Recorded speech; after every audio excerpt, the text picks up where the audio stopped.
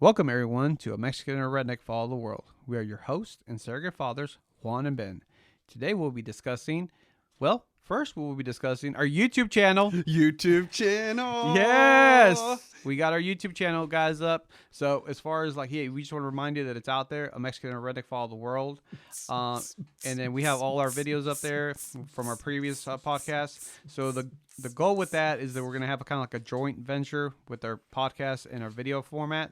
That way people can have access to a way to be able to leave comments and reviews. So please, if you haven't done so yet, please go comment and subscribe to our YouTube channel. We would greatly appreciate that. You know what the sound of that is? Success? That's the sound of Mr. YouTube letting us in the club. Oh, yeah, Mr. YouTube. Hey, Mr. YouTube's club is very, very exclusive. We better be careful what we say. He can easily kick us out. Anyways, with that being said, today we'll be discussing over-mitigation disputes between your children. Over-mitigating disputes between your children. That's what we're discussing. Sorry, guys. English is not my first language. That's Ben? okay. Spanish isn't mine. So it works out. Ben, do you want to lead this topic? I do want to lead this topic. I have been guilty of wanting immediate peace when my kids start fighting instead of giving my children the opportunity to learn to resolve disputes on their own. And I've been learning, and it wasn't out of a place of selfishness where it's like, I don't want to hear y'all fight. Just be quiet. You know, it was, all right, kids, let's solve this, blah, blah, blah, blah, blah. But I've been learning, and this is a vulnerable admittance of fault. Mm-hmm. Like, I'm not perfect. I don't have it figured out, just like everybody you're pretty else. perfect, Ben. Well, thank you, Juan. Blonde, wavy hair. And It's the hair. I knew. beautiful it was blue there. eyes. Wait, let me stop. Family friendly show. Family friendly show. This will be 18 plus. No. If you're over 18, you can listen to this episode. Otherwise, no. I've been guilty of wanting that peace, and it's not because they were bothering me type thing like you'd expect. It was because there's this level of, well, I just want my kids to get along. Mm-hmm. I just want my kids to like each other. I don't want them fighting. Like, who wants their kids fighting? It's terrible. But I had to realize, but wait a second.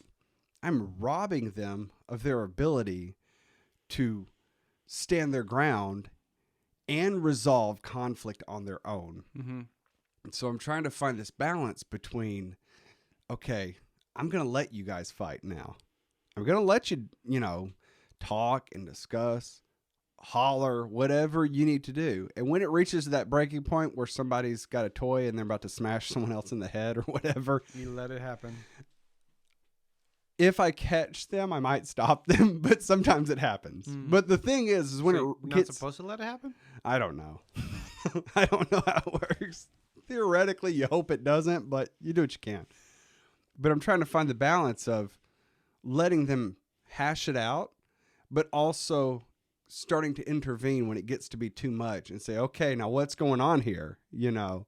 Letting the scenario play out, but helping them understand you need to be able to come back together and giving them those tools to resolve conflict on their own. Because it's a very needed tool. Not that my kids don't know how to handle conflict and not that I don't let them handle it.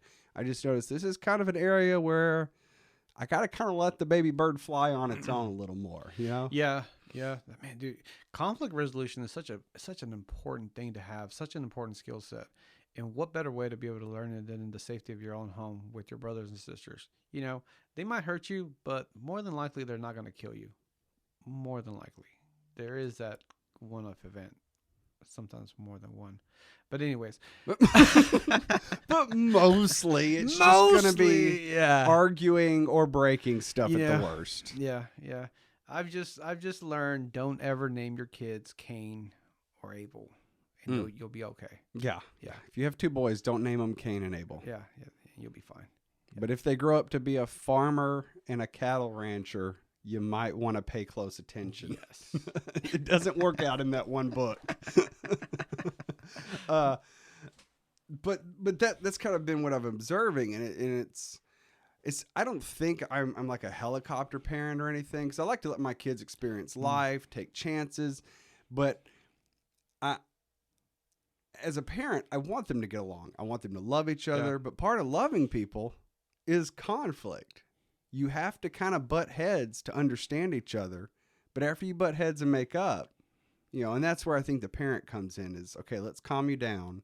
Let's help you rationally think. Because my kids are 8, 5, and 3. So you kind of have to help them rationally think. And I talk to each one of them differently in the moment because I need to come down to their level of maturity.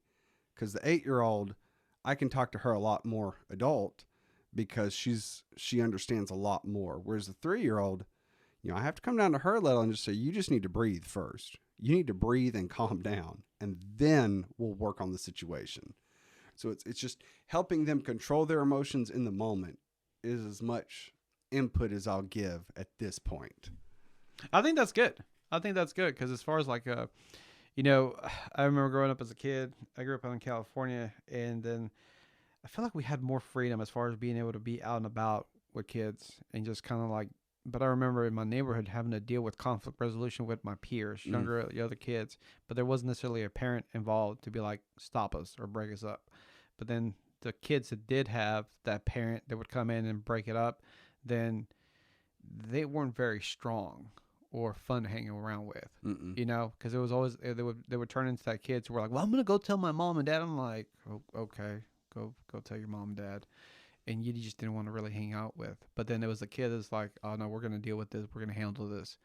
And that's something I try to do with my kids. Is like, no, if you guys got a problem, you guys got to learn how to fix it on your own. Yes. Because the goal is for you to be able to do this on your own without me. Oh yeah. Because there's gonna come a day when I'm not gonna be here. You're in my house right now, but the goal is to get you out of my house, not for you to stay here forever. Oh yeah. So I want this. It's funny. I heard them talking about it this morning. They're like, my oldest was telling my middle child, she's like, "This is not your house. This is Daddy's house." And I was like, oh, yeah, that is Daddy's house. But I don't want them to feel like, it's not their home. But at the same time, I don't want them to get too comfortable. There used I to don't be know. a level of I don't own this place, but I am welcomed here. Yeah, exactly. Oh, Like yeah. like this is like I was having so like as a father, I want to be like that nurturing space where like, okay, if I really have a problem, Daddy's gonna help me out. Like if I know I need trouble, he's gonna help me out.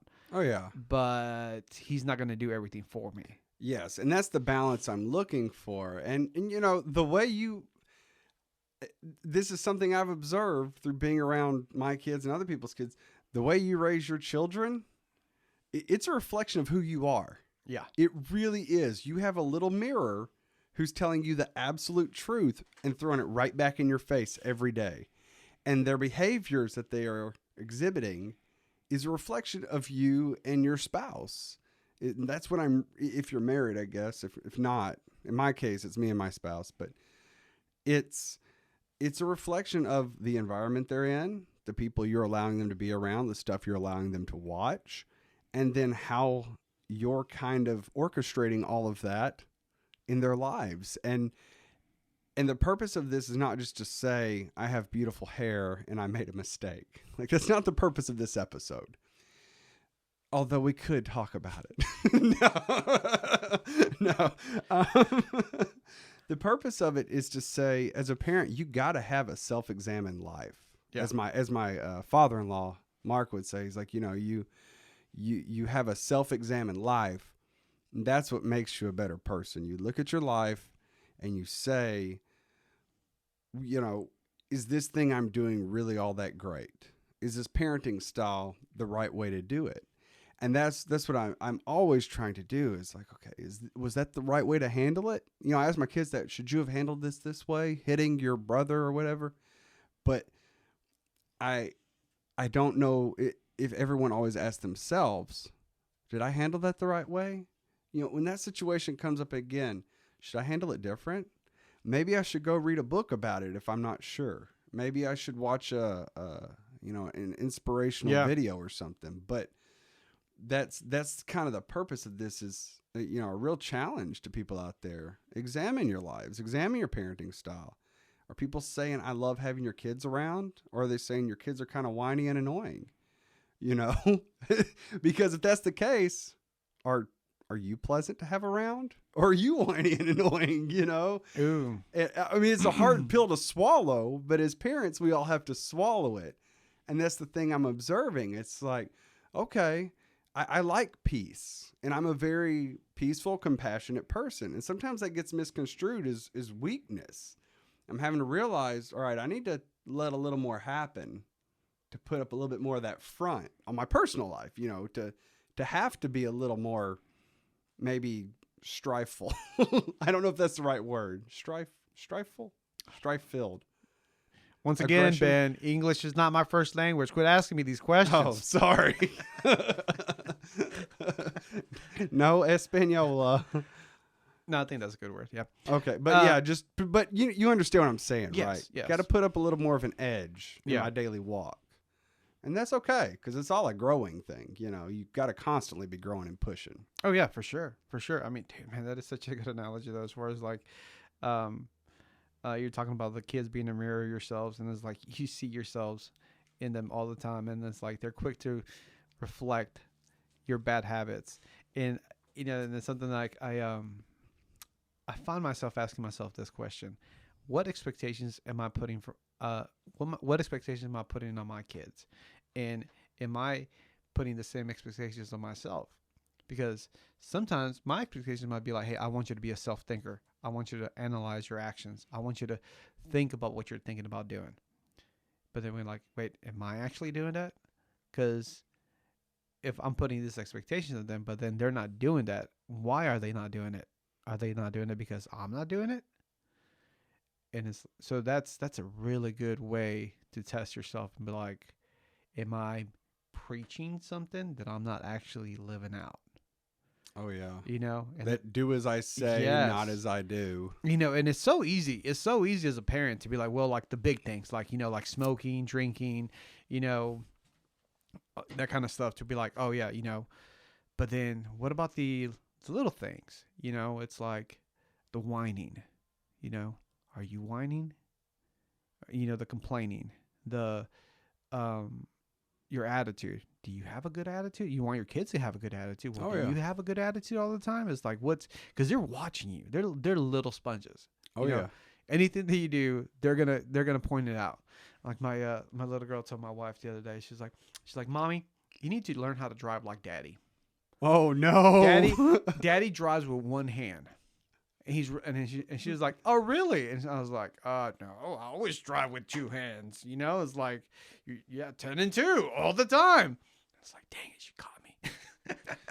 What really freaks them out is when you're eating a cheeseburger and drinking something and you're steering with your knee and shifting gears with your elbow, and they're like, Daddy, you can't do that. It's like, watch me. I'm amazing. I've been driving with my knee since I was your age. My dad did that, and I'm like, my dad's driving because he would hold his hands up Yeah. and steer with his knee and be like, look, I'm not even driving the car. And I'm like, ah, and freaking out and Yeah. screaming. And then I look over, oh, Dad's driving with his knee. Yeah. That's what it is. Oh yeah, I remember. Yeah, I remember doing that with. I remember doing that with my younger kids. Well, not younger kids, my younger siblings. Like when I first started driving, like they would get in the car and they'd be like, ah!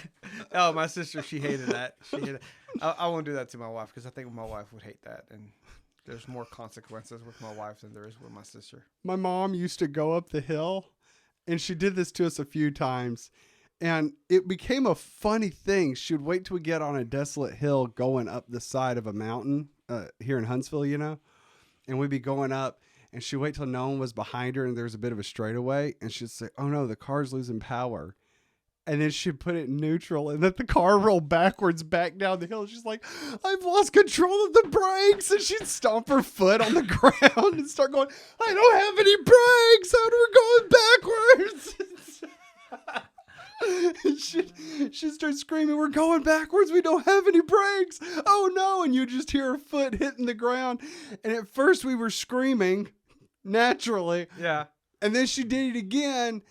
And we were screaming, but they're like, wait, we didn't die the last time it happened. And then by the third time, it was funny. So this was like the fourth time I think she had done it, we had a friend in the car with us. Oh. And we were all laughing hysterically because we thought it was the funniest joke ever. He opens the car door and tries to jump out. He was so horrified and upset. My mom's like, don't jump out of the car. Don't jump out. Stay in the car. Stay in the car.